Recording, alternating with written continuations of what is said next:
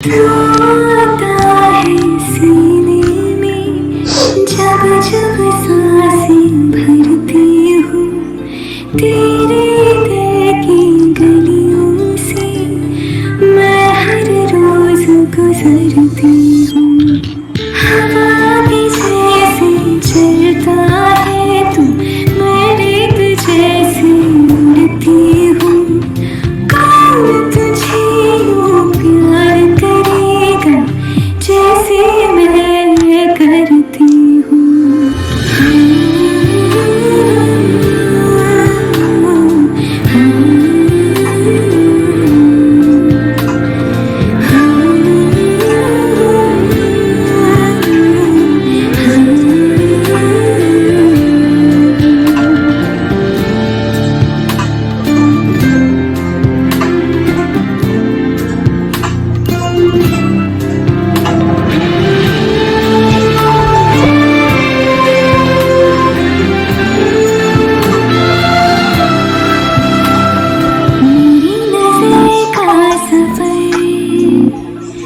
तुझ पे ही आके रुके कहने को बाकी है क्या कहना था जो कह चुके। मेरी निगाहें है तेरी निगाहों पे तुझे खबर क्या बेखबर। मैं तुझसे ही छुप छुप कर तेरी आंखें पढ़ती हूँ। कौन तुझे यूं प्यार करेगा जैसे मैं करती हूँ।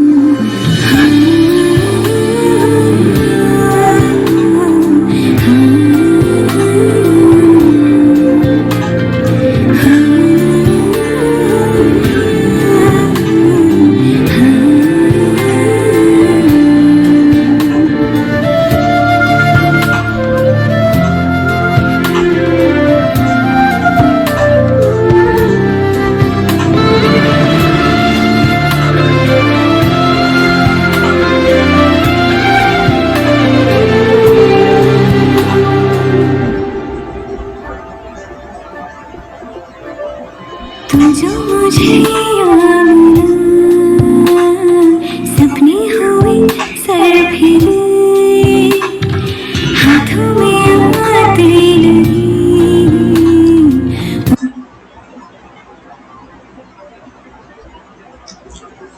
ओके, कैसे हैं? मजे में हैं? और सर मजे में हैं? चलिए ठीक है। हाँ सर ठीक है। ऑडियो वगैरह आ रहा है? हाँ सर आ रहा है। ओके, तो हम लोग पिछला क्लास में कहाँ तक कंप्लीट कर लिए थे? सर पिछला क्लास में हम लोग लेवल ऑफ मैनेजमेंट पढ़ लिए थे। बहुत बढ़िया। तो आपको क्या बताया गया था पिछला क्लास में? How many types of what are the levels of management, यही ना बताया गया था? हाँ सर बताया गया था what are the levels of management. There are 3 levels of management. Is it clear? कितना लेवल होता है? 3 लेवल होता है। एक टॉप, फिर आता है मिडिल और फिर आता है लोअर लेवल, जिसको ऑपरेशनल लेवल भी बोल सकते हैं। जनरली एक बात हम बताना आपको भूल गए थे।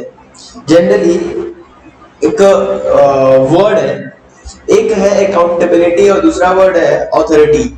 क्या है बोलिए फिर से? सर अकाउंटेबिलिटी और ऑथोरिटी। ऑथोरिटी और अकाउंटेबिलिटी के बारे में अच्छा सा पढ़िएगा ऑर्गेनाइजिंग चैप्टर में। हालांकि थोड़ा सा हम इसके बारे में बता दे रहे हैं। ऑथोरिटी मतलब ये समझिए कि ऑर्डर देना, ठीक है ना, काम करवाना, जॉब असाइन करना, दैट इज द ऑथोरिटी। भाई हम तुमको काम करने के लिए बोल रहे हैं, that is the authority. Power, ठीक है ना, ऑथोरिटी मतलब पावर।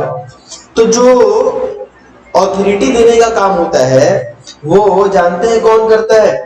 ऑथोरिटी देने का जो काम करता है वो टॉप लेवल से नीचे आता है, बॉटम लेवल आता है। यानी जो ऑथोरिटी का मूव ऑन होता है, ऑथोरिटी जो मूव करता है, ठीक है ना, वो top level to bottom level. Clear है? यानी कि टॉप लेवल मिडिल को बोलेगा, बोलेगा टॉप और मिडिल लेवल चलो तुम ये काम करो। मिडिल लेवल किसको बोलेगा?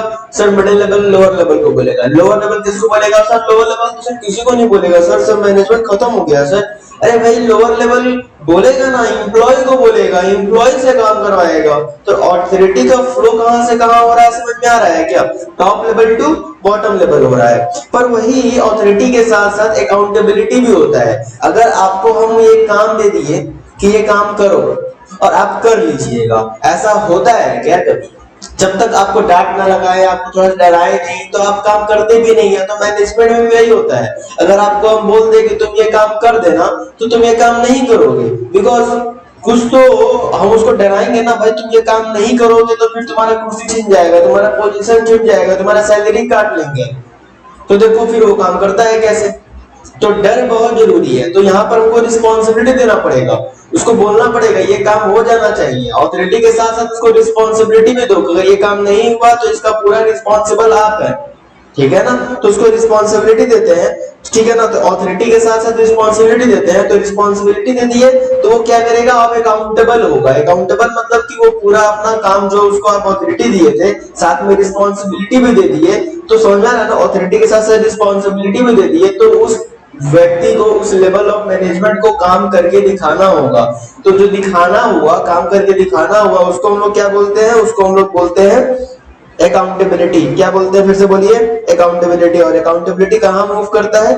Lower level to upper level, accountability, ठीक है ना। समझ रहे हैं क्या? हाँ सर, ठीक है सर। सर अकाउंटेबिलिटी मतलब वही हिंदी में बोलेंगे तो पारदर्शिता, समथिंग लाइक दैट, इस तरह का वर्ड होता है। अब मेरे को उतना हिंदी एग्जैक्ट नहीं पता, ठीक है ना।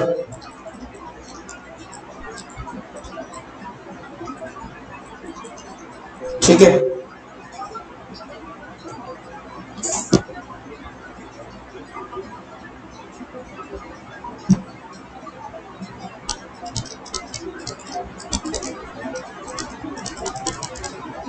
चलिए।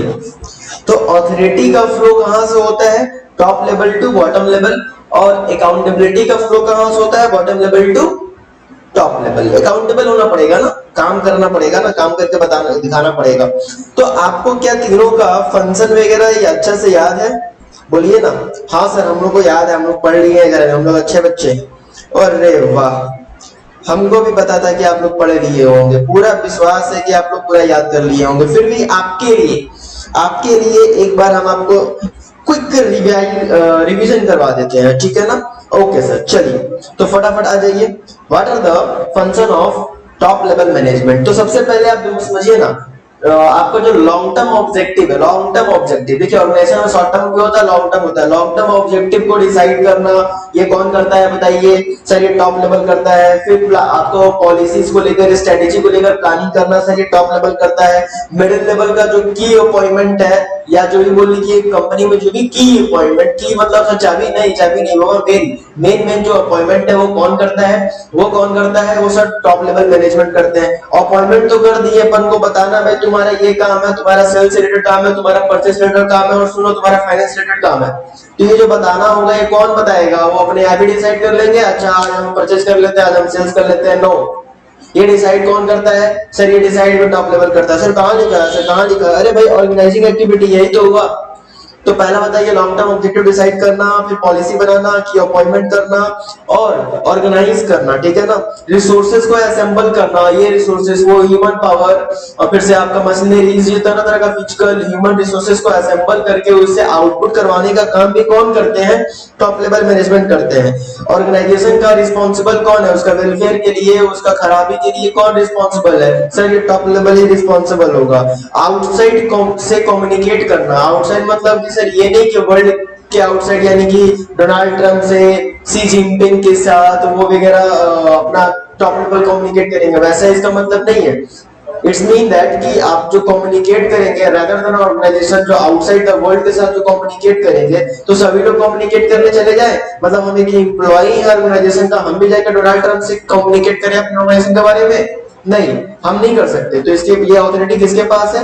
ये पावर सिर्फ और सिर्फ टॉप लेवल मैनेजमेंट के पास है। टॉप लेवल मैनेजमेंट क्या करते हैं? आउटसाइड द वर्ल्ड या आउटसाइड द ऑर्गेनाइजेशन बोल लीजिए ना, ऑर्गेनाइजेशन के साथ कम्युनिकेट करते हैं, चाहे वो गवर्नमेंट हो, चाहे वो अदर पर्सन हो, कोई भी हो, तो कम्युनिकेट करने का काम कौन करेगा?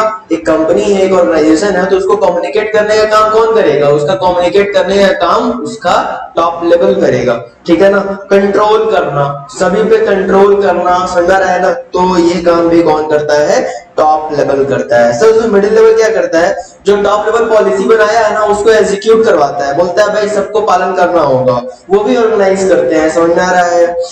Select and appointment of employ को अपॉइंट करना, सेलेक्ट करना, ये काम किसका है सर? ये मिडिल लेवल का काम है, जो एचआरडी करता है। सॉरी एचआरडी नहीं, एचआरएम बोलते हैं अपने यहाँ, ठीक है ना। एचआरएम मतलब सर ह्यूमन रिसोर्सेज मैनेजमेंट। ये काम क्या करते हैं? ये ह्यूमन रिसोर्सेज मतलब कि ह्यूमन को रिक्रूट करते हैं और सेलेक्ट वगैरह करते हैं। मोटिवेट करने का काम, कंट्रोल करने का काम, कोऑपरेट करने का काम, इंप्लीमेंटिंग कराने का पॉलिसीज वगैरह को, वो सारा काम कौन करता है? मिडिल लेवल करता है। ओके सर, लोअर लेवल क्या करता है? लोअर लेवल सर जो वर्कर का रियली जो ग्रीवेंसेस है, उसके प्रॉब्लम्स है, उस प्रॉब्लम को क्या करते हैं हम? टॉप लेवल तक पहुंचाना या मिडिल अपने हायर अथॉरिटी तक पहुंचाने का काम। मतलब ऐसा सोचिए ना, वर्कर का बात को, वर्कर का प्रॉब्लम्स को हायर लेवल तक पहुंचाने का काम कौन करता है सर? वो काम करता है लोअर लेवल मैनेजमेंट। एम्प्लॉय का जहां काम कर रहा है वहां पर उसका वर्किंग कंडीशंस वगैरह को मेंटेन करना, वर्किंग कंडीशंस को सेफ बना के रखने का काम करना कौन करता है? वो है लोअर लेवल। वर्कर का सेफ्टी की जिम्मेदारी किसके पास है? वो है लोअर लेवल, ठीक है ना। वर्कर को अपॉइंट कराना, सिलेक्ट करवाना, ये सब में हेल्प कौन करता है? हेल्प कौन करता है? रिक्रूट करने का काम तो एचआरएम करता है, मिडिल लेवल करता है, पर इनमें इसमें अपॉइंटमेंट वगैरह का काम हेल्प कौन करता है सर? Lower level. कम्युनिकेट करने का काम कौन करता है sir? Lower level. Maintain the standard of quality, यानी कि प्रोडक्ट वगैरह जो कंपनी में बन रहा है, ऑर्गेनाइजेशन में जो भी क्वालिटी का प्रोडक्ट बन रहा है, वो क्वालिटी का जिम्मेदार कौन होगा? वो जिम्मेदार होगा लोअर लेवल, बिकॉज तुम्ही सबसे नजदीक में हो वर्कर का। तो वर्कर जैसे क्वालिटी खराब कर रहे हैं, तो आप क्यों नहीं आप उसको चेक कर रहे हैं कि प्रोडक्ट का क्वालिटी खराब कर रहे हैं, तो इसका जिम्मेदार आप लोअर लेवल है। मोरल बढ़ाना, ठीक है ना। मोरल बढ़ाना मतलब बूस्ट करना, मोरल मतलब सब मोटिवेट करना, जैसे हम आप करते रहते हैं ना, वही मोटिवेट करना। और मिनिमाइज द वेस्टेज, वेस्टेज का बर्बादी ना हो, तो इसके लिए हम कौन जिम्मेदार है? लोअर लेवल जिम्मेदार है। तो वेस्टेज को भी आपको ठीक करना होगा कि वेस्टेज ज्यादा ना हो। सर वेस्टेज तो होगा ना सर, नया नया आया है तो सर वेस्टेज तो होगा, आप कैसे रोक सकते हैं? तो ट्रेनिंग देंगे। नया नया आया है तो इसका मतलब ये हुआ कि जो फर्स्ट टाइम प्लेन चढ़ा रहा है वो एक बार प्लेन को क्रैश करवाएगा। आपका कहने का मतलब यही है, ठीक है ना। तो फर्स्ट टाइम एक बार क्रैश हो जाइएगा, फिर जिंदगी बचेगा तो फिर देखते हैं, उसी पायलट को समझा दिया जाएगा, कोई बात नहीं। समझ रहे हम क्या बोल रहे हैं? अरे ट्रेनिंग देंगे, ऐसे कैसे? मतलब कि करोड़ों का कंपनी है, आपका एक मिस्टेक की वजह से लाखों आदमी रोड पे आ जाएगा, कंपनी बंद हो जाएगा। बोल रहे हैं कि सर गलती तो होगा, नहीं गलती होना चाहिए, आपको ट्रेनिंग दिया जाएगा, आपको पढ़ाई कराया जा रहा है। किस लिए कराया जा रहा है? कि ऐसी गलती करें आप अपना लाइफ में फेल हो गए, सपोज भगवान करे ना हो, ठीक है ना, सुपर नंबर लेकर आए, पर इसका जिम्मेदार ज्यादा कुछ नहीं होगा, बस आपका मार्क्स कम आएगा, आप रोइएगा, आपके घर वाले रोएंगे, इससे पूरा दुनिया का नुकसान कुछ नहीं होने वाला है। पर एक रिलायंस कंपनी बंद हो गया तो इसका नुकसान करीब करीब उसके 20 से 30,000 जो एम्प्लॉई है उसके साथ हो जाएगा, वो रोड पे आ जाएंगे। समझ रहे हैं ना, बहुत बड़ा फैक्टर मायने रखता है। तो इसमें मत बोलिए कि सर नया नया है तो मेरी गलती तो होगा ही, गलती नहीं होना चाहिए, ठीक है। यहाँ तक क्लियर है? हाँ सर क्लियर है। फिर आते हैं हम लोग what are the manage function of management. सबसे इंपॉर्टेंट है ये फंक्शन ऑफ मैनेजमेंट। बहुत दिन से इंतजार था, वो इंतजार का घड़ी हुआ खत्म, आ गया है फंक्शन ऑफ मैनेजमेंट। क्लियर है? देखिए वैसे तो आप पढ़ ही चुके हैं कि मैनेजमेंट जो है कंटिन्यूअस प्रोसेस है, ठीक है ना। एक खत्म होता है तो एक होगा, एक खत्म होगा तो एक होगा। देखिए किन के 5 फंक्शन होता है, ये तो चैप्टर आने वाला है, ये तो चैप्टर आने वाला है, आपको बता दे रहे हैं। देखिए आइए, सबसे पहला आएगा प्लानिंग, बोलिए मेरे साथ साथ प्लानिंग, P फॉर प्लानिंग, ठीक है ना। फिर आएगा ऑर्गेनाइजिंग, O फॉर ऑर्गेनाइजिंग। फिर आएगा staffing, S for staffing. Planning सबसे पहले हम लोग क्या करते हैं भाई? प्लानिंग करते हैं। मैनेजमेंट में सबसे पहला चीज क्या हुआ? प्लानिंग हुआ।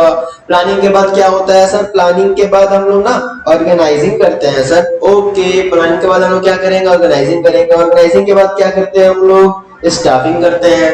बात समझ में आ रहा है। और स्टाफिंग के बाद क्या करते हैं, डायरेक्टिंग करते हैं। अरे भाई ये सिंपल सा बात है, मान लीजिए एक कंपनी आप ऑपरेट कर रहे हैं, तो कंपनी ऑपरेट कर रहे हैं तो किसी भी चीज का एक आप क्या करिएगा, प्लान करिएगा कि भाई ये ऑब्जेक्टिव है इस कंपनी का, ये हमको टारगेट को अचीव करना है, ये गोल को अचीव करना है। तो उसी हिसाब से आप कंपनी को ऑर्गेनाइज कर दीजिएगा कि ठीक है भाई जो परचेज का काम है ये करेगा, ये लोग करेंगे, सेल्स का काम ये लोग करेंगे, फाइनेंस से रिलेटेड काम जो है ये लोग करेंगे। That is the organising. इसमें आप क्या किए, प्लानिंग में क्या किए आप बताइए। प्लानिंग में सर हम लोग एडवांस में डिसाइड किए। Planning means deciding in advance. मेरे साथ साथ बोलिए, what do mean by planning? Sir planning means deciding in advance. Planning means deciding in advance, यानी कि पहले कोई भी काम को करने से पहले सोचना, दैट इज द प्लानिंग। जैसे कि हम लोग करते करते जो कोई काम करते रहते हैं, सर्टेन कोई व्यक्ति बोलता है पहले से प्लान नहीं किए थे क्या, तो इसका मतलब क्या हुआ, पहले से आप नहीं सोचे थे क्या? तो नहीं, तो प्लानिंग आप नहीं किए हैं। अगर जवाब है हाँ तो आप प्लानिंग किए हैं। पहले से किसी चीज के बारे में सोचना, दैट इज द प्लानिंग। जैसे आपको यहाँ से जाना है अपने गांव, तो जिस आप क्या करते हैं, सुबह सुबह उठते हैं, काम करते रहते हैं, काम करते रहते हैं, अचानक आप बोलते हैं चलो आज गाँव चलते हैं। अब बैग तुरंत उठाते हैं, जो सामान रहता है भरते हैं और चले जाते हैं। ऐसा करते हैं? नहीं सर, हम तो ऐसा नहीं करते सर। तो फिर आप क्या करते हैं, 1 महीना पहले या फिर 2 महीना पहले, इमरजेंसी केस हुआ तो 3-4 दिन या फिर उसी दिन जाना पड़े, अलग बात है, ठीक है ना। पर जब इमरजेंसी केस नहीं रहा तो आप लोग क्या करते हैं बताइए। आप नॉर्मली जाते हैं, पहले से डिसाइड कर लेते हैं भाई ये ट्रेन का टिकट है, इस टिकट में इस ट्रेन में हम लोग सीट बुक करवा लेते हैं, रिजर्व करवा लेते हैं। उसके बाद हम लोग को क्या ले जाना है, क्या वहां जाकर पहनना है, इस तरह का हम लोग अरेंजमेंट करते हैं, जिसको हम लोग बैग पैकिंग बोलते हैं।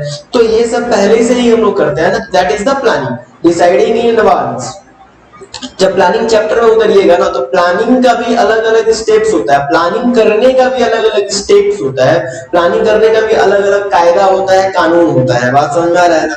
जैसे कि जब प्लानिंग करते हैं तो we have to identify the different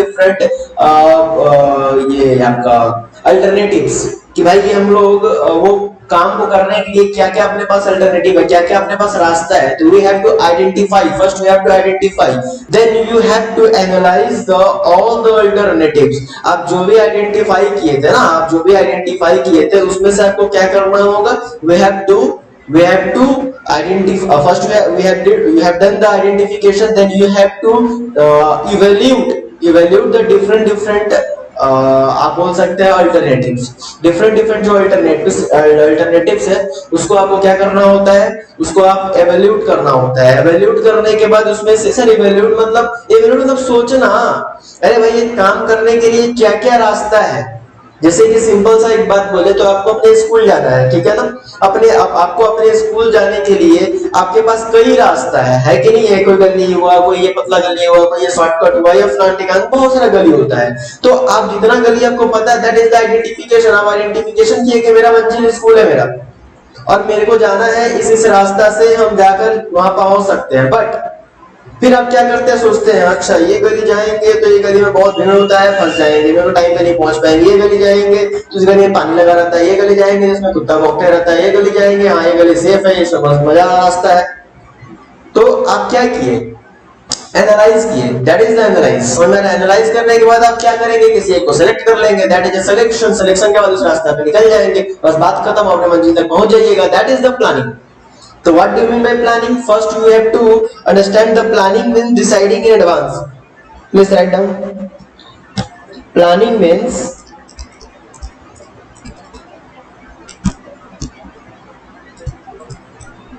deciding in advance. मेरे प्यारे बच्चों क्लियर हुआ? तो क्या होता है प्लानिंग? सर प्लानिंग मतलब डिसाइडिंग इन एडवांस, ठीक है। पर जब हम लोग कोई भी चीज को एडवांस में डिसाइड कर लिया, उसके बाद भी उसके अंदर बहुत सारा स्टेप होता है। तो आपको हम बताया ना, फर्स्ट स्टेप क्या था बताइए।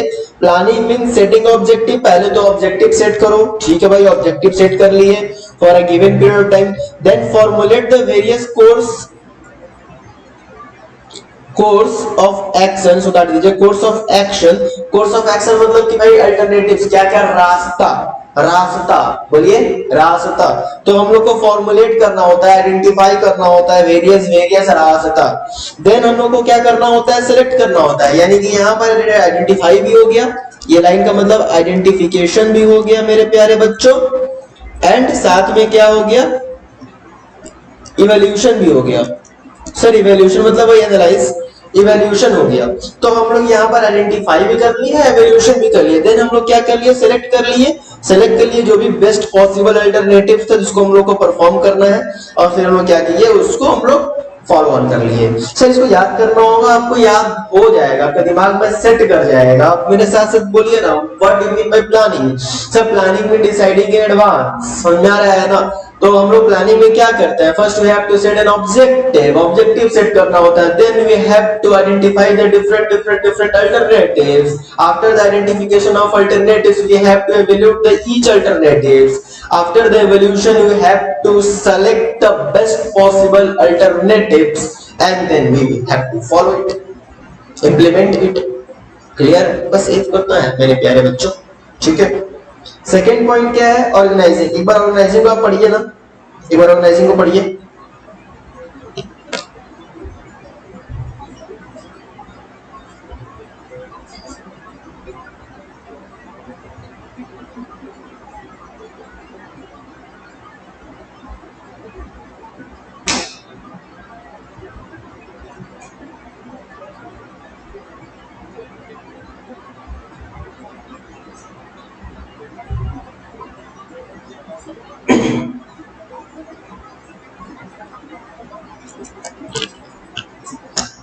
हाँ पढ़ लिए? नहीं सर हम लोग तो घूम रहे थे। चलिए ये ऑर्गेनाइजिंग क्या हुआ, प्लानिंग क्लियर है क्या? तो सबसे पहले प्लानिंग होता है, प्लानिंग के बाद क्या होता है, प्लानिंग के बाद क्या होता है, सब प्लानिंग के बाद ऑर्गेनाइजिंग होता है, ऑर्गेनाइजिंग के बाद क्या होता है, सर स्टाफिंग होता है, स्टाफिंग के बाद क्या होता है, डायरेक्टिंग होता है, स्टाफिंग के बाद क्या होता है, डायरेक्टिंग होता है, डायरेक्टिंग के बाद लास्ट में हम लोग कंट्रोलिंग करते हैं। तो डायरेक्टिंग का तो डी हो जाएगा सर, और कंट्रोलिंग का सी हो जाएगा सर। हाँ सर एक अजीब सा नाम आ रहा है सर, पोस्ट डीसी, नहीं पोस्ट डीसी नहीं, इसका एक अच्छा सा मेरे प्यारे मित्र लुदर गुलिक, सर आपके मित्र है नहीं बाबा, बोल रहे हैं बाबा, नाम याद रखिए ना। लुदर गुलिक जो है एक वर्ड डिस्क्राइब किए थे, समझ में आ रहा है ना, वो था पोर्टस्कॉर्प। पोर्टस्कॉर्प सर, पोर्टस्कॉर्प मतलब अरे P for planning, O for organizing, D for directing। Sir P for planning था, फिर प्लानिंग के बाद हम लोग ऑर्गेनाइजिंग किए थे, ऑर्गेनाइजिंग के बाद सर स्टाफिंग होगा सर। हाँ ऑर्गेनाइजिंग के बाद स्टाफिंग होगा, पर यहाँ पर डी दे दिया है, कोई टेंशन का बात नहीं है, कोई दिक्कत नहीं है, उनका बात मान लीजिए, वो आपसे सीनियर है, ठीक है। तो बोलिए P for planning, P for planning, D for P for planning, O for organizing, D for directing, S for sir staffing, sir C for sir controlling, नहीं, C for controlling नहीं, C O for coordination, R for reporting, B for budgeting। क्या सुबह समझ में आया sir? P for planning समझ में आ गया, O for organizing सर समझ में आ गया, D for directing सर ये भी समझ में आ गया, S for staffing सर ये भी समझ में आ गया, ये चार तो क्लियर हो गया सर। तो सर पांच ही तो आप बोल रहे थे फंक्शन है सर, आप देखिए यहाँ पर पढ़ा रहे हैं हम लोग को, पांच ही है, प्लानिंग, ऑर्गेनाइजिंग, स्टाफिंग, डायरेक्टिंग है, लास्ट वाला कंट्रोलिंग। यहाँ पर सर देखिए चार हो गया, ये आप दोनों को सीओ को एक पे मिला दिए, तो चलिए इसको पांच मान लेते हैं, फिर आर आ गया छह, फिर बी आ गया सर सात। सर अभी तो आप सात बोलने लग गए, फिर अभी पांच बोल रहे थे। देखिए है कुछ नहीं, आप समझिए मेरे साथ साथ, पहले आप समझ लीजिए कितना how many type, what are the, आप बोल सकते हैं what are the functions of planning, तो आप यही बोलिएगा, प्लानिंग, ऑर्गेनाइजिंग के बाद क्या करते हैं, स्टाफिंग, डायरेक्टिंग एंड कंट्रोलिंग, बस यही है। वापस से मेरे साथ बोलिए, planning, okay, O for organising, good, T for, चलिए S for staffing, D for directing, C for controlling, यही पांच है, ठीक है ना। बट यहाँ पर क्या हुआ ना, P for planning, O for organising, D for directing, S for staffing, C O for coordination, CO for coordination. ये बताएं कि भाई कोऑर्डिनेशन में एक अहम भूमिका निभाता है मैनेजमेंट में, समझ रहा है ना। तो इसलिए वो CO फॉर कोऑर्डिनेशन कर लिए, R फॉर रिपोर्टिंग कर लिए और B फॉर बजटिंग कर लिए। रिपोर्टिंग का मतलब कुछ और नहीं, रिपोर्टिंग का मतलब कंट्रोलिंग ही होता है। आपको 4 चीज दिया हुआ था, एक चीज गायब था, आपका कंट्रोलिंग गायब था ना। तो कंट्रोलिंग मतलब CO फॉर कंट्रोलिंग नहीं, CO फॉर कोऑर्डिनेशन। बोलिए CO फॉर कोऑर्डिनेशन। और R फॉर रिपोर्टिंग, और रिपोर्टिंग का दूसरा नाम है कंट्रोलिंग। क्लियर है? हाँ सर, समझ में आ रहा है। तो P for planning, O for organising, D for directing, S for staffing. तो POTS हो गया कौन, CO for coordination, R for reporting, reporting कोई और नहीं, यही अपना कंट्रोलिंग। और B for budgeting. Sir budgeting क्या होता है? बजटिंग आप बोल सकते हैं प्लानिंग और कंट्रोलिंग को का परफॉर्मेंस को एनालाइज करना, the analysis of performance of controlling and planning. Planning और कंट्रोलिंग का जो हम लोग एनालाइज करते हैं उसी को बोलते हैं बजटिंग, और कुछ नहीं, ठीक है ना। बजटिंग करते हैं, बजटिंग में हम लोग क्या करते हैं, एनालाइज करते हैं और एक नया प्लान तैयार करने की कोशिश करते हैं। तो आपको याद रहेगा, देखिए यहाँ में लिखा भी है, बी फॉर प्लानिंग, प्लानिंग नहीं planning, organising, directing, staffing, coordinating, ठीक है ना। CO for coordinating, R for reporting, और यहाँ पर B फॉर लिख लीजिए, B फॉर बजटिंग। ठीक है, क्लियर है? तो याद रहेगा, जब कभी भी आपसे पूछेगा पोर्टस्कोप का मतलब क्या होता है तो बता पाइएगा। पोर्टस्कोप का मतलब हुआ P फॉर प्लानिंग, वापस से लास्ट में बोल रहे हैं, O for organising, R for P for planning, O for organising, D for directing, S for staffing, CO का मतलब हुआ कोऑर्डिनेशन, R का मतलब रिपोर्टिंग और B का मतलब बजटिंग। Clear sir? और आपसे कोई पूछेगा what are the function of management, तो आप 5 ही बताइएगा। क्या क्या बताइएगा? Planning, organising, staffing, directing and controlling. Planning पढ़ लिए थे ना, ऑर्गेनाइजिंग बताइए क्या होता है। देखिए ऑर्गेनाइजिंग में कुछ नहीं होता, ऑर्गेनाइजिंग में हम लोग क्या करते हैं ना, यहाँ पर हम लोग वर्क को आइडेंटिफाई करते हैं। हम लोग क्या करते हैं, identification of work, grouping the work, identification, grouping the work, identification and grouping the work. Tell me what you have did in organising. क्या हम लोग ऑर्गेनाइजिंग में किए या करते हैं, बताइए क्या करते हैं ऑर्गेनाइजिंग में। सर हम लोग यहाँ पर वर्क को आइडेंटिफाई करते हैं, काम को पता करते हैं क्या काम है। जैसे बोलते हैं मम्मी को, मम्मी क्या काम है बताइए ना, आप चिल्ला रही है, बताती ही नहीं है क्या काम है। हाँ, तो यहाँ पर हम लोग वर्क को खुद से आइडेंटिफाई करते हैं, और आइडेंटिफाई करने के बाद क्या करते हैं, हम लोग ग्रुप कर देते हैं। एक तरह का काम है, जैसे कि अपने ऑर्गेनाइजेशन में कुछ चीज को खरीदना है, कुछ चीज को बनाना है, कुछ रॉ मटेरियल खरीदना है, ठीक है ना, कुछ छोटा सा पार्ट मंगवाना है, that is the purchase related matters. तो we have established a department that is a production department, you can say purchase department, ठीक है ना। हम लोग एक प्रोडक्शन डिपार्टमेंट या परचेज डिपार्टमेंट एस्टैब्लिश कर लेंगे, ठीक है। सेल्स से रिलेटेड काम है, बेचना है, प्रमोशन करना है, समथिंग लाइक दैट, तो हम लोग एक सेल्स डिपार्टमेंट बना दिए। पैसा से रिलेटेड काम है तो फाइनेंस डिपार्टमेंट बना दिए। रिक्वायरमेंट से रिलेटेड काम है तो HR डिपार्टमेंट बना दिए।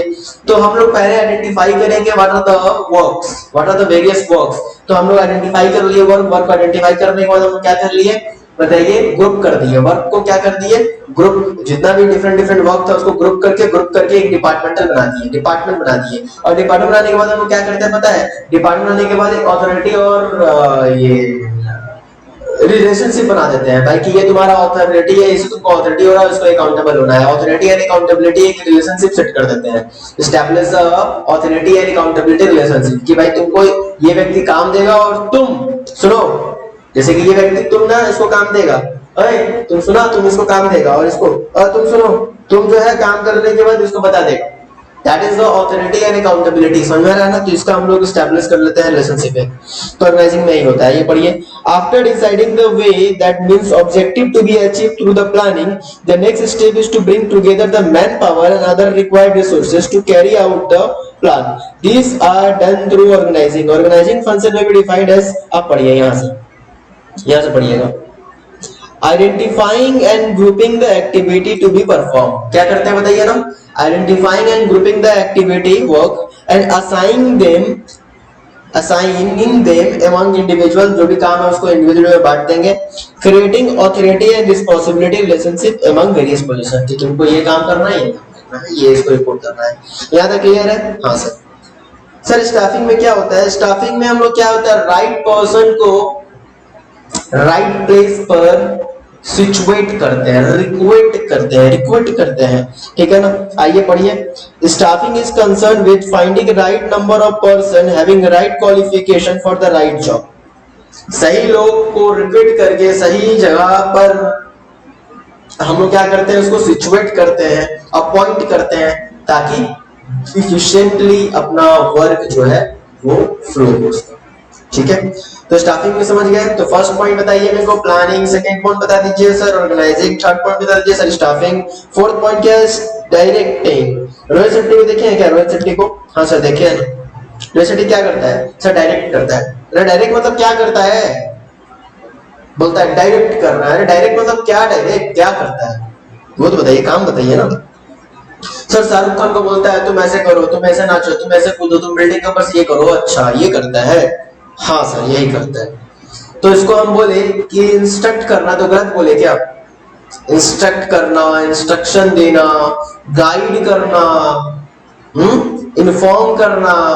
तो डायरेक्टर का काम होता है यही सब। डायरेक्टिंग करता है क्या, डायरेक्टिंग, डायरेक्टर करता है क्या, डायरेक्टिंग। तो डायरेक्टिंग सब यही सब हुआ भाई, यही सब हुआ। तो डायरेक्टिंग क्या हुआ देखिए, once the employ are appointed in their job, there is a need to instruct them for the accomplishment of work. This is done by directing, which is literally means moving into the action. Actually काम यहाँ चालू होता है, उससे पहले 3 जो concept था उसमें काम कुछ नहीं चालू होता। अब देखिए पहला में तो सोच ही रहे हैं, तीसरा वाला में काम सोच रहे हैं, भाई क्या क्या काम है, क्या क्या काम है। ऑर्गेनाइजेशन में ये काम है, अच्छा ये काम है, ये काम है। तीसरा में अच्छा ये काम पता चल गया, अच्छा ये काम करवाना है, ये काम करवाना है, वो काम करवाना है, वो करवाना, बुलाओ अब बुलाओ मैन पावर। तो हम लोग रिक्रूट करते हैं man power. Sir man power पहले रिक्रूट नहीं हुआ? नहीं पहले नहीं हुआ, कंफ्यूज मत हो जाइए, पहले कुछ नहीं हुआ, पहले तो डिसाइड किए काम। मेरे बच्चों काम, ये काम करना है, ये काम करना है, ये काम डिसाइड हुआ है, ठीक है ना। अब हम लड़का बुलाएंगे, लड़का मतलब कि एम्प्लॉय बुलाएंगे, बोला सुनो चलो काम पे लग जाओ, ये तुम्हारा काम है, सुनो तुम्हारा ये काम है, तुम्हारा ये काम है। और इसको हम लोग ये इस काम में माहिर है, ये व्यक्ति इस काम में माहिर है, वो हम लोग स्टाफिंग में करेंगे। स्टाफिंग में हम लोग चेक करेंगे तुम किस काम में माहिर है, तुम इस काम में माहिर है, उसको हम रिक्रूट कर देंगे स्टाफिंग में। क्लियर है? स्टाफिंग का काम पूरा हो गया। अब उसको हम बोलेंगे सर, जब उसको बता ही दिए हैं कि उसका काम ये है, तो वो खुद से नहीं कर लेगा। अच्छा शाहरुख खान को हम बता दिए हैं कि भाई तुमको ऐसे करके डांस करना है, तो खुद से कर लेगा पूरा मूवी? नहीं ना, उसको बताना पड़ेगा ना, नहीं आगे चल के आपको ऐसे करना है, वैसे इंस्ट्रक्ट तो करिएगा ना, इंस्ट्रक्ट तो करना पड़ेगा ना। तो हाँ सर, इसीलिए डायरेक्टिंग का काम हुआ। यहाँ से हम उसको डायरेक्ट करते हैं, यहाँ से डायरेक्टर होता है, वो क्या करता है, इंस्ट्रक्ट करने का काम करता है, कोऑर्डिनेट करता है, कंट्रोल करने का काम करता है, इन्फॉर्म करने का काम करता है, मोटिवेट करने का काम करता है। तो यहाँ से डायरेक्शन का काम चालू हुआ। सर डायरेक्टिंग हो गया तो खत्म, अब डायरेक्शन तो हो गया सर, खत्म, मूवी बन गया। उसके बाद कंट्रोल करते हैं ना, डायरेक्शन करने के बाद रिजल्ट आएगा ना, रिजल्ट को हम लोग क्या करते हैं, प्लानिंग के साथ प्लानिंग किए, रिजल्ट आया ना भाई। अरे भाई आपका एग्जाम हुआ तो रिजल्ट क्या बताता है, आपका परफॉर्मेंस बताया, और रिजल्ट को लेकर आप झिंडोरा पीटते हैं, हम इतना नंबर लेके आए, हम इतना नंबर लेके आए, वो इतना नंबर आके आया। अरे ये कोई झिंडोरा पीट का फायदा नहीं है, ये आपका रिपोर्ट कार्ड है। रिपोर्ट कार्ड है कि जो आप पढ़े हैं ये रहा, और जो आप सोचे थे क्या उतना आया। जैसे आप सोचे थे 90% और 90% सोचे आप और परफॉर्मेंस को उसी हिसाब से किए और परसेंटेज आता है आपका 70, तो इसका मतलब ये हुआ कि जो आप प्लानिंग किए या तो प्लानिंग में आपका गलती था, या तो प्लानिंग को आप सही से परफॉर्म नहीं किए। दो जगह तो मिस्टेक हुआ होगा, 90 आपको क्यों नहीं आया? दो जगह मिस्टेक होगा, या तो आप प्लानिंग ही गलत कर लिए थे, या तो प्लानिंग आप सही किए थे, उसका परफॉर्मेंस आप सही से नहीं कर पाए, उसको एग्जीक्यूट, प्लानिंग को सही से एग्जीक्यूट नहीं कर पाए। That's why you get a lower marks as compared to you have already thought about. बात समझ आ रहा है? जो अभी आप सोचे थे उससे कम मार्क्स आया कि नहीं आया? हाँ सर आया ना। तो फिर इसका मतलब ये हुआ कि आप प्लानिंग गलत किए थे, या तो आपका परफॉर्मेंस में कमी आया। तो इसको बोलते हैं कंट्रोल करना। उसी चीज को क्या करेंगे, चेक करके एनालाइज करेंगे। सेकंड टाइम वो गलती ना हो, जो हम प्लान करेंगे तो इसका ध्यान रखेंगे, या फिर उसका परफॉर्मेंस को इंप्लीमेंट करते समय हम लोग ध्यान रखेंगे। तो ये कंट्रोलिंग तो सर इसका मतलब ये हुआ कि तो सर मैनेजमेंट कभी खत्म ही नहीं होगा, ये तो चलता रहेगा, कंट्रोलिंग तो होता रहेगा सर, फिर से चालू हो जाएगा प्लानिंग, फिर से चालू हो जाएगा ऑर्गेनाइजिंग, फिर से चालू हो जाएगा स्टाफिंग, सर प्लानिंग फिर से चालू होते ही तो फिर स्टाफिंग और डायरेक्टिंग कंट्रोलिंग फिर से हो जाएगा। हाँ, तो इसीलिए तो बोला गया है मैनेजमेंट कभी खत्म नहीं होता, ये कंटिन्यूअस होते रहता है मेरे प्यारे बच्चों। ठीक है ना, पूरा मैटर समझ में आया? यही तो आपका पीएचडी है, यही बीएसटी है। 3 चैप्टर, ये 5 चैप्टर जो आपको दिख रहा है ना, ये आपका बीएसटी है, इसके अलावा कोई बीएसटी चैप्टर नहीं है। तो प्लानिंग जो 4 नंबर है, 5 नंबर है, 6 नंबर है, 7 नंबर, 8 नंबर खत्म। एक नंबर तो पढ़ रहे हैं, दूसरा नंबर इसी से रिलेटेड है, प्रिंसिपल है, तीसरा नंबर हवा हवाई चैप्टर है। ठीक है ना, बस 4 नंबर से ये चालू होगा। तो प्लानिंग समझ में आया आपको, पूरा मैटर समझ में आया ना, इसीलिए मैनेजमेंट कभी भी एंड नहीं होता। इसका कंक्लूड आपको समझ में आ गया होगा। कंक्लूजन तो बताइए, what do you mean planning? Sir planning में डिसाइडिंग इन एडवांस। ठीक है, good good good good good. What do you mean by organising? Sir organising means in organizing we have to identify the various work, various activity, and then we have to क्या करना होता है, grouping the activity related with the same types। समझा ना, same types का जो work होता है, एक्टिविटी होता है, उसको लोग ग्रुप कर देते हैं। अच्छा, स्टाफिंग में क्या होता है सर? राइट पर्सन को राइट प्लेस पर हम लोग क्या करते हैं, राइट अपॉइंट कर देते हैं। डायरेक्टिंग में क्या होता है सर? इंस्ट्रक्ट करते हैं, गाइड करते हैं, मोटिवेट करते हैं। कंट्रोलिंग में क्या करते हैं? कंट्रोल बात कर लीजिए। कंट्रोलिंग में भी defined as the process through which compare the actual performance of employ, actually जो हुआ एंड प्री डिटरमाइंड या टारगेट प्लान, जो टारगेट किया था भाई, जो रिजल्ट आया आपका और सोच कर रखे थे 90 आएगा, तो पूछ रहा था कितना आएगा तुम्हारा बताओ, तो 90 आएगा, और आया कितना? 70। तो भाई अब क्या होगा? अब कंट्रोलिंग करिए, क्या कमी रह गया था? पर आप लोग वो चीज कभी नहीं करते, आप लोग क्या करते हैं? डिंडोरा पीटते हैं, मेरा 70 आया, 80 आया, ये आया, वो आया, और आगे में पढ़ाई करने जाते हैं। कमी क्या रहा वो तो देखिए। ओके सर, आपसे देखेंगे हम लोग। चलिए, तो we have completed the function of management. Tell me the 5 function of management. Sir, planning, organizing, okay. Staffing, directing, okay. Last one is controlling. But what do you mean by Podskov? Sir, Podskov is given by Luther Kulik. Okay. What do you mean by Podskov? Okay, ठीक है। P stand क्या करता है? P sir, P for planning. Okay. O for sir organizing. D for directing. S for staffing. CO for sir, CO for आपका coordinating, समझ में आ रहा है ना? और सीओ के बाद आपका आ जाएगा R R for reporting, B for budgeting. Reporting कुछ और नहीं, कंट्रोलिंग ही है, तो पांचों मिल गया ना। अलग से 2 चीज डाल दिया गया है, कोऑर्डिनेशन एंड बजटिंग। बजटिंग कुछ और नहीं, कंट्रोलिंग का ही पार्ट है। ये भी रिपोर्टिंग और बजटिंग दोनों का ही कंट्रोलिंग का पार्ट है, और कोऑर्डिनेशन एक मैनेजमेंट का ओवरऑल पार्ट है। ओके, तो हम लोग मैनेजमेंट का ये पार्ट खत्म कर दिए। अभी हम लोग आने वाले हैं कोऑर्डिनेशन में। कोऑर्डिनेशन में सर क्या कर रहे हैं सर?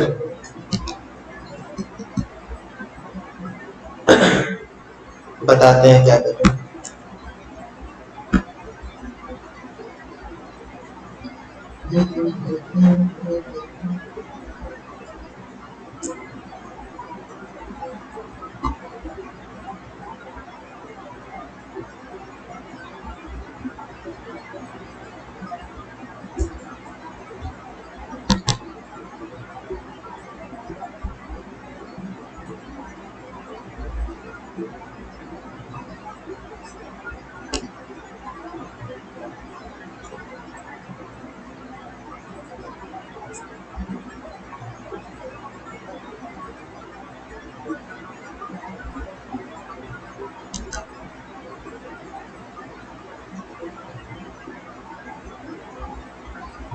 अभी आप ये वीडियो प्ले देखिए।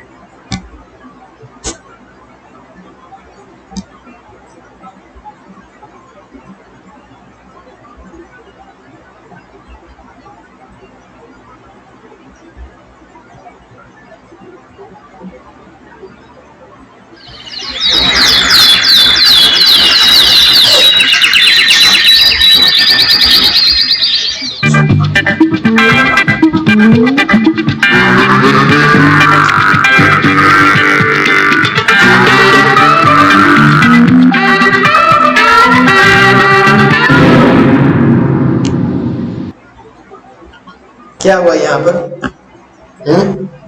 क्या हुआ? ये 3 व्यक्ति है, 3 फ्रेंड है, ठीक है ना। ये लोग आराम से मजे में रास्ता पर चल रहे थे। अचानक इनको रास्ता बीच में टूटा हुआ दिखा है। अब इनको ये पार करना है, ठीक है ना। और टूटा हुआ रास्ता है, आगे बढ़ेंगे धड़ाक से नीचे गिरेंगे और ऊपर चल देंगे। देखते हैं क्या करते हैं ये लोग, रास्ता को कैसे पार करते हैं, ठीक है।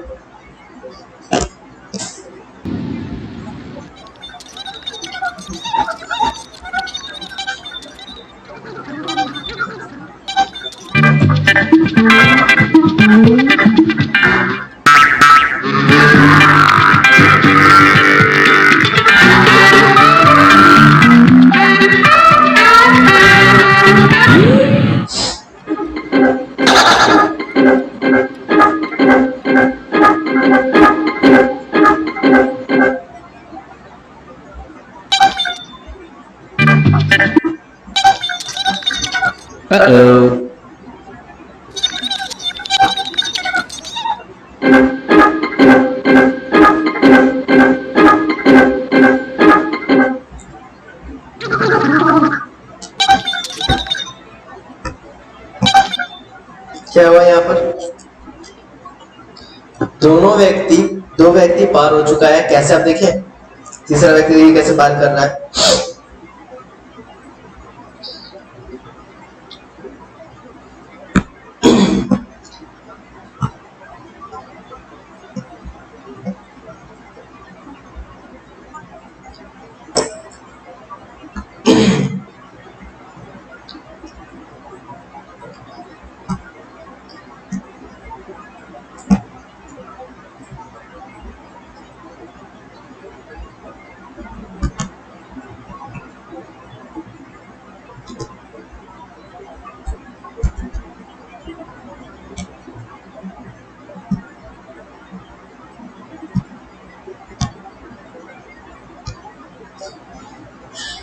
इसमें हुआ क्या, अभी देखे होंगे कि जो बीच में गैप था,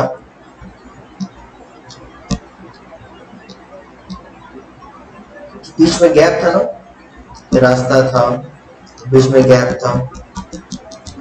वो लोग क्या किया, 3 व्यक्ति था। पहले एक बड़ा सा बोल लीजिए बम्बू वगैरह समथिंग, वो क्या किया, एक व्यक्ति यहाँ पकड़ा, एक व्यक्ति यहाँ पकड़ा, एक व्यक्ति यहाँ पकड़ा, ठीक है ना। ये लोग चलने लगे। तो ये तो क्या बैलेंस बना हुआ है, यहाँ तक तो बैलेंस मेंटेन था ना। जब ये हाफ तक बैलेंस मेंटेन है, ये 2 वेट यहाँ पर है और एक व्यक्ति यहाँ पर है, ये दोनों, इसका वेट इससे ज्यादा है, तो ये आराम से ये डाउन होने वाला है नहीं, ठीक है। 2 जन का वेट तो यहाँ पर है ना, तो ये आराम से ये व्यक्ति पार हो गया, ठीक है। उसके बाद क्या हुआ, जब ये व्यक्ति यहाँ पहुंच गया तो ये व्यक्ति बीच में फंस गया, अभी तो हवा में है, तो वेट अब किसके पास आ गया, इसके पास और इसके पास। तो ये क्या हो गया, ये आराम से हल्का सा चलेगा तो ये भी पार हो जाएगा।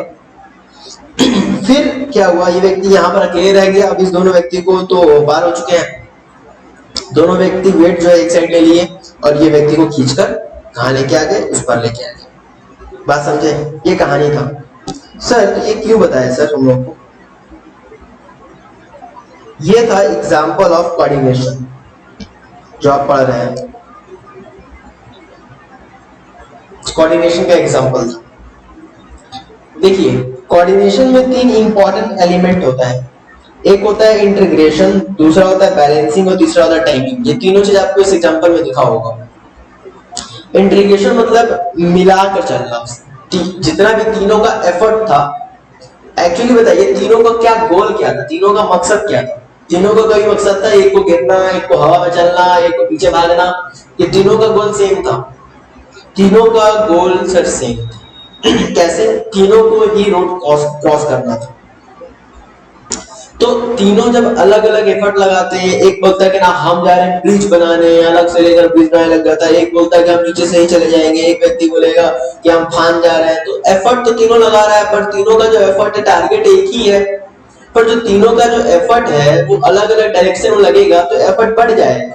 तो क्या हुआ, जो तीनों का जो एफर्ट है वो एक ही जगह लगा दिया गया, इसी को बोलते हैं इंटीग्रेशन। यानी कि जो एफर्ट था, जो ग्रुप ही बोल लीजिए, 3 जन का एक ग्रुप था तो ग्रुप ही बोलिए, वो तीनों का जो ग्रुप का एफर्ट है एक जगह हम लोग क्या कर दिए, इंटीग्रेट कर दिए, मिला दिए, तो ऑटोमेटिक गोल को अचीव कर लिए।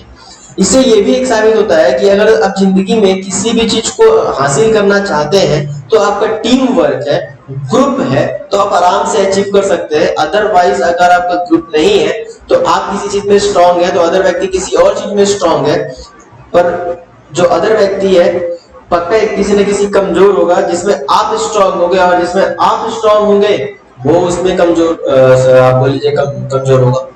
समथिंग लाइक इज दैट, इस तरह का कॉम्बिनेशन होता है। तो कभी भी आपको जब पार करना हो लाइफ को तो हमको कोऑर्डिनेशन मिलाकर चलना होगा, ठीक है ना, कुछ चीज को बैलेंस करके चलना होता है, ठीक है ना। That is the balancing. Balancing मतलब, पहले इंटीग्रेशन का मतलब समझिए। इंटीग्रेशन मतलब ये हुआ कि कोऑर्डिनेशन क्या करता है, इंटीग्रेट करता है। इंटीग्रेट मतलब मिलाना ऑल द डाइवर्स एफर्ट, जो भी ये लोग का एफर्ट्स था of different group activity within the organisation to achieve organisation goal. मान लीजिए वो एक ऑर्गेनाइजेशन है, ऑर्गेनाइजेशन का गोल है उसको पार करना, तो जितना भी हम लोग का ग्रुप है, ग्रुप का एक्टिविटीज है, एक्टिविटीज का जो एफर्ट्स है, एफर्ट्स को हम लोग क्या करते हैं, इंटीग्रेट कर लेते हैं, मिला देते हैं। That is the integration. यानी कि एफर्ट को मिलाना को हम लोग क्या बोलते हैं, बोलिए, इंटीग्रेशन। क्या बोलिए, एफर्ट को मिलाना को हम लोग क्या बोलते हैं, इंटीग्रेशन, ठीक है ना। बैलेंसिंग क्या होता है, बैलेंसिंग क्या होता है, coordination provides mutual support to the various activities so that the goal होगा, goal of different unit are linked with the one another. यानी कि बैलेंस करना, एक को दूसरे के ऊपर बैलेंस करना। जैसे कि आप देख रहे थे ना, एक का कमजोरी मतलब एक जब नीचे था तो दो व्यक्ति उसका बैलेंस अपने ऊपर ले लिए। एक का व्यक्ति मतलब यहाँ पर दो ही चीज रहा। एक व्यक्ति का हमेशा, एक व्यक्ति को क्या किया गया देखिए होंगे उस वीडियो में, एक व्यक्ति को हमेशा वो उसका बैलेंस अदर टू पर्सन जो थे वो अपने ऊपर ले रहे थे। पहला वाला में दो व्यक्ति पूरा बैलेंस एक व्यक्ति का ले लिए थे, एक व्यक्ति पार हो गया।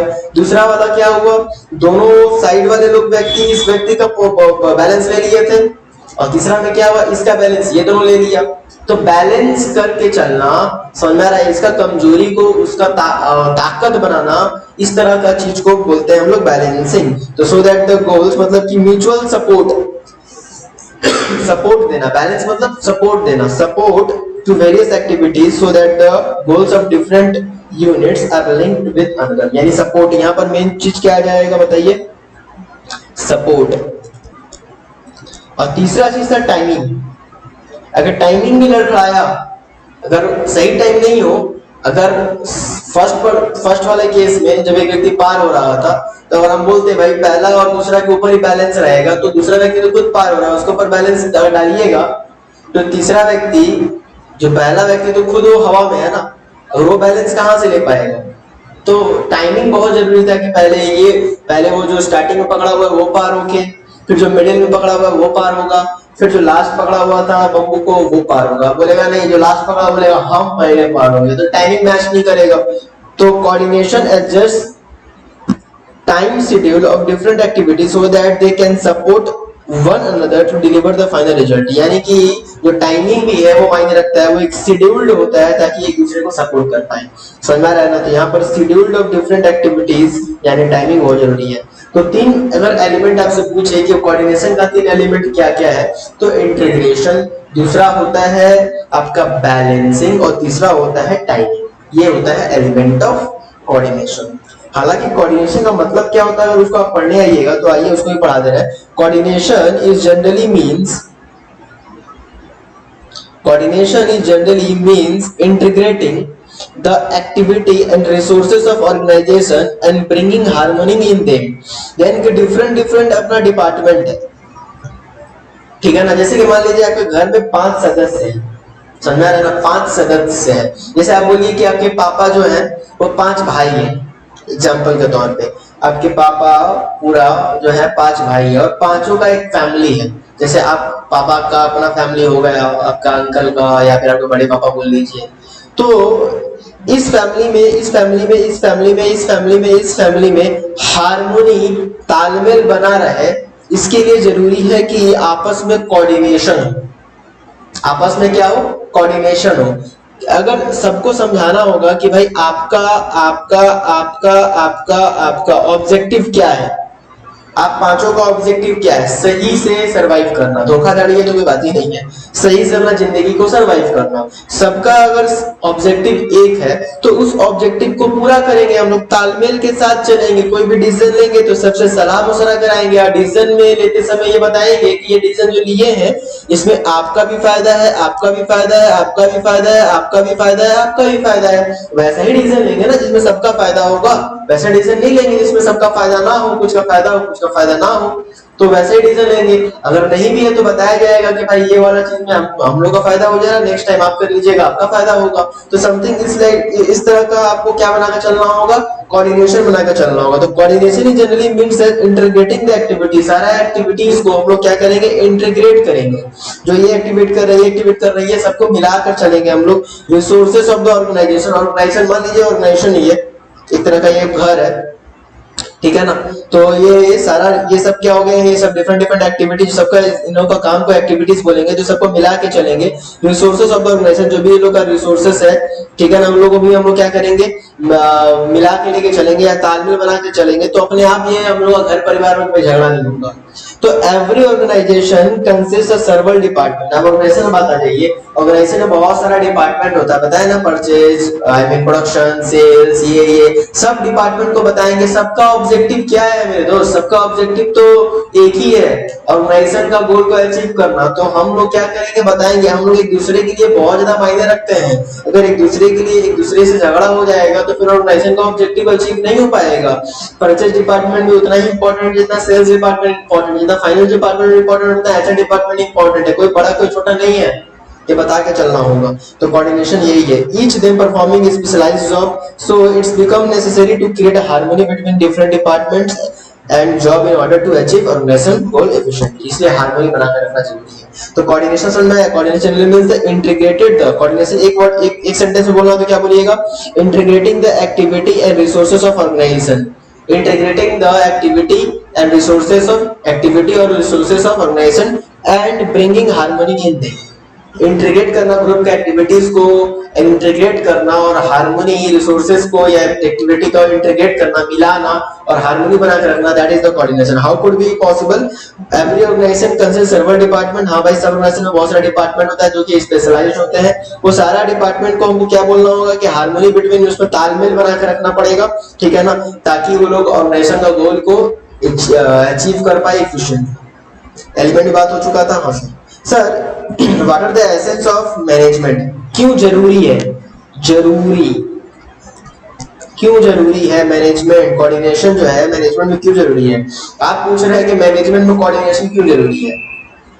हाँ, मेरे यहाँ 4 डिपार्टमेंट है, हम मैनेजमेंट कर रहे हैं। अकेले कोई मैनेजमेंट करता है क्या? मैनेजमेंट करने का काम एक का है कि मैनेजमेंट का ग्रुप का काम है।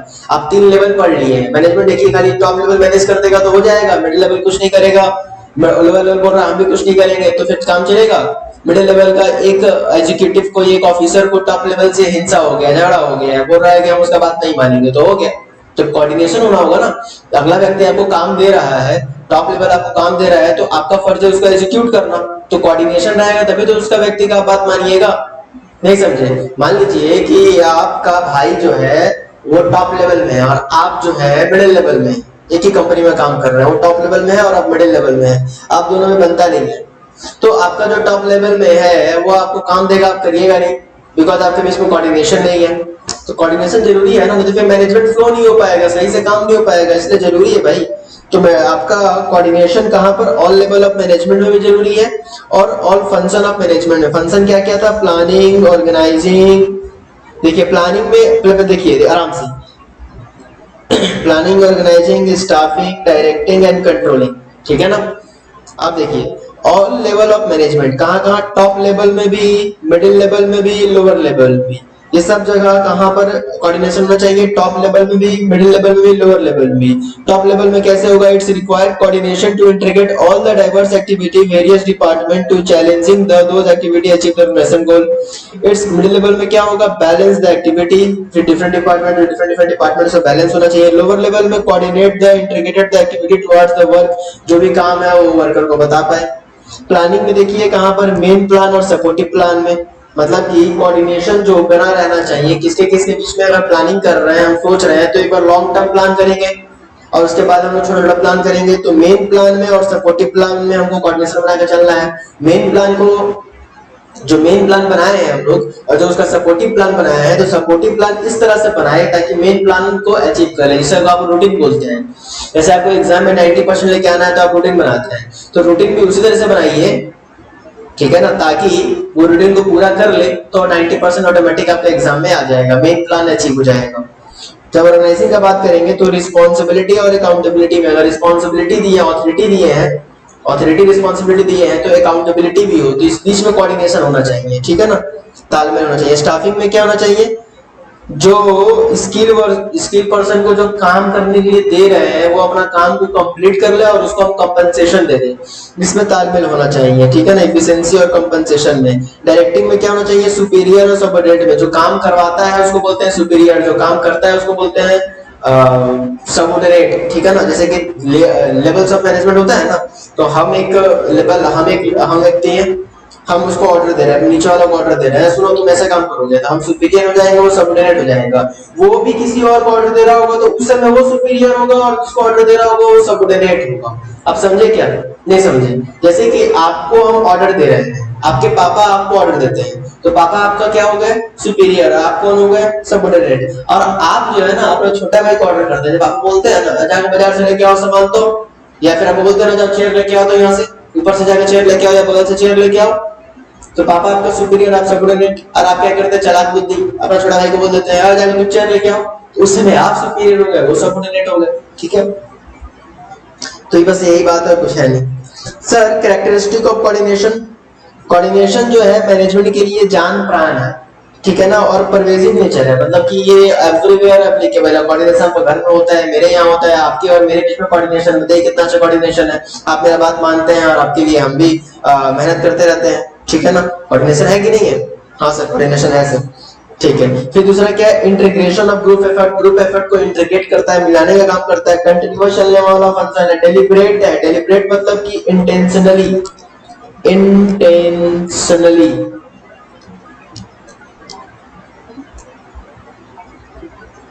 इंटेंशनली मतलब सर डेलिब्रेट मतलब खुद से नहीं होता, कोऑर्डिनेशन खुद से नहीं, भगवान से, भगवान आपस में कोऑर्डिनेशन हो जाए, कोऑर्डिनेशन नहीं हो तो कोऑर्डिनेशन बनाना पड़ता है ना। अगर हम मेरे और आपके बीच में कोऑर्डिनेशन है तो ये बनाना पड़ा है ना। आपको हम बोलते हैं आप काम कर लेते हैं, आपको हम जो बोलते हैं आप वो कर लीजिएगा, और आप जो बोलिएगा सर आपको ये क्लास करवा दीजिए तो हम क्लास करवा देते हैं, दैट इज द कोऑर्डिनेशन। अगर आपको बोलेंगे ये काम करो, आप बोलिएगा नहीं करेंगे या फिर आप नहीं करिएगा, तो कोऑर्डिनेशन कैसे होगा? हाँ, कोऑर्डिनेशन तभी तो होगा ना जब आपको हम बोलेंगे काम करने के लिए आप कर दीजिएगा, फिर आप बोलिएगा सर ये वाला समझा दीजिए, तो फिर आपको समझाने ही मजा आएगा, दैट इज द कोऑर्डिनेशन ना। तो ये इंटेंशनली होता है, ये खुद से नहीं होता। तो बताइए क्या क्या आपका सर, पहला हो जाएगा एसेंस ऑफ मैनेजमेंट, दूसरा हो जाएगा integration of group effort. Integration of group effort मतलब देखिए अब क्या लिखा हुआ है, coordination gives a common direction of group effort to ensure that all activity within the organization are done as per the plans to achieve the organization goal, ठीक है। Continuous process है, याद कर लीजिएगा कंटिन्यूअस प्रोसेस है। तो पहला क्या हो जाएगा, essence of management, second one is the integration of group effort, second one is the integration of group effort, third one is the continuous process. Deliberate activity, deliberate activity मतलब क्या हुआ जरा बताइएगा। डेलिब्रेट एक्टिविटी मतलब क्या हुआ sir? Deliberate activity का मतलब ये हुआ कि इंटेंशनली है। और लास्ट में unity of action, unity of action मतलब कि जो एक्शन होता है वो यूनिट, वही ग्रुप एक्टिविटी पहला ही वाला है। तो बताइए what are the 5 characteristic of coordination. Essence of management, ठीक है ना। Second one is the integration of group effort, पहला बात बताइए sir essence of management, second one is the integration of group effort.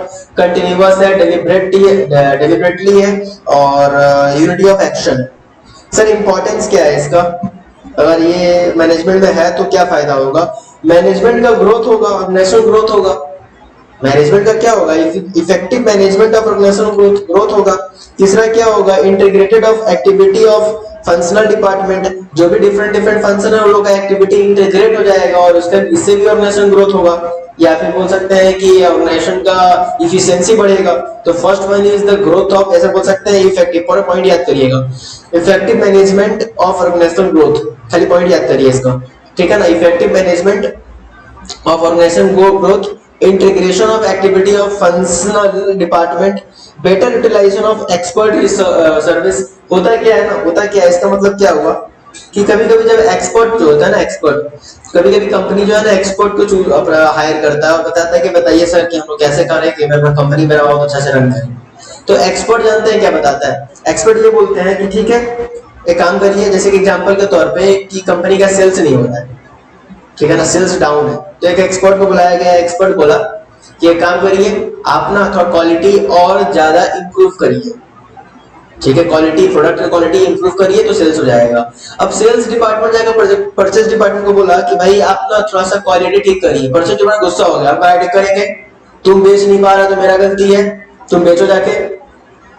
अब देखिए झमेला हो गया ना, परचेज डिपार्टमेंट नहीं मान रहा है, बोल रहा है कि मेरा गलती है, हम तो प्रोडक्ट्स अच्छा बना रहे हैं, आप बेच नहीं पा रहे हैं। सेल्स डिपार्टमेंट बोल रहा है कि नहीं थोड़ा सा आप क्वालिटी क्या करिए और अच्छा बनाइए, आप क्वालिटी अच्छा नहीं बना पा रहे इसलिए नहीं बिक रहा है।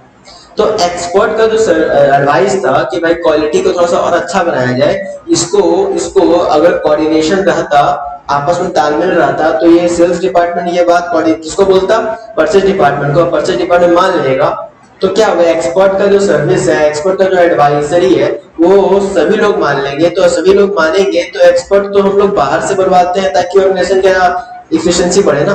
तो भाई तो अपना इफिशिएंसी बढ़ेगा कि नहीं बढ़ेगा, पर अगर आप नहीं मानिएगा तो इफिशिएंसी कैसे बढ़ेगा, आप समझ पा रहे हैं क्या? हाँ समझ। इसीलिए एक्सपर्ट का बेटर यूटिलाइजेशन हो जाएगा अगर कोऑर्डिनेशन रहा तो। Efficient management of organization growth, integration of activity of functional department, better utilization of expert service, high moral, coordination रहेगा तो मोटिवेटेड रहेंगे, बेटर रिजल्ट होगा और इन्वायरमेंटल चेंजेस को भी एक्सेप्ट कर लीजिएगा। अगर कोऑर्डिनेशन रहा, आपस में तालमेल बना रहा, तो कोई भी इन्वायरमेंट में चेंज आएगा तो आप रेजिस्टेंस नहीं करेंगे, हिचकिचाएंगे नहीं, बोलेंगे भाई ठीक है ना, अगर सीख जाएंगे, ट्रेनिंग दे देगा अपना एम्प्लॉयर, बहुत अच्छा है, आपस में कोऑर्डिनेशन है। जैसे कि अपना सिलेबस में कोई नया चीज आ गया तो आपको, आप में और मेरे में तालमेल बना हुआ है, तो फिर आपको क्या चीज का डर है, आराम से कुछ भी माहौल चेंज हो, कुछ भी सिलेबस है आपको करा दिया जाएगा। तो एनवायरनमेंट चेंज हो रहा है तो कोई दिक्कत नहीं है, ऑनलाइन आपको पढ़ाई करवा रहे हैं, एनवायरनमेंट चेंज हो गया तो अब बेटर कोऑर्डिनेशन तभी तो पढ़ाई करवा रहे हैं, अदरवाइज आपको क्यों करवाते हैं? ठीक है, रोक देते क्लास। तो बताइए मेरे को 5 पॉइंट बताइए, वापस से 5 पॉइंट बताइए। First one is the effective management of organization growth, effective management of organization growth. Second one is क्या हो जाएगा, integrating the activity of functional department. Second one is the better utilization of expert service. Third one is the higher moral. Fourth one is the better result and fifth one is the accept environment changes. That's end. ये अपना खत्म हुआ पूरा का पूरा first chapter. Sir कितना chapter है आपके पास टोटल पढ़ने के लिए? बीएसटी में 8 + 4 12 चैप्टर है। 8 चैप्टर आपका फर्स्ट पार्ट में है और 4 चैप्टर सेकंड पार्ट में, ठीक है, 12 चैप्टर है।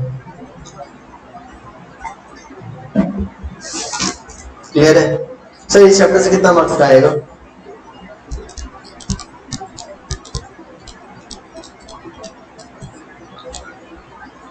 ओके ओके सर,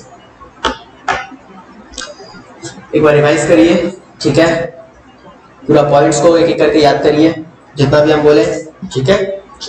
मिलते हैं नेक्स्ट क्लास में नेक्स्ट टॉपिक के साथ, तब तक के लिए बाय।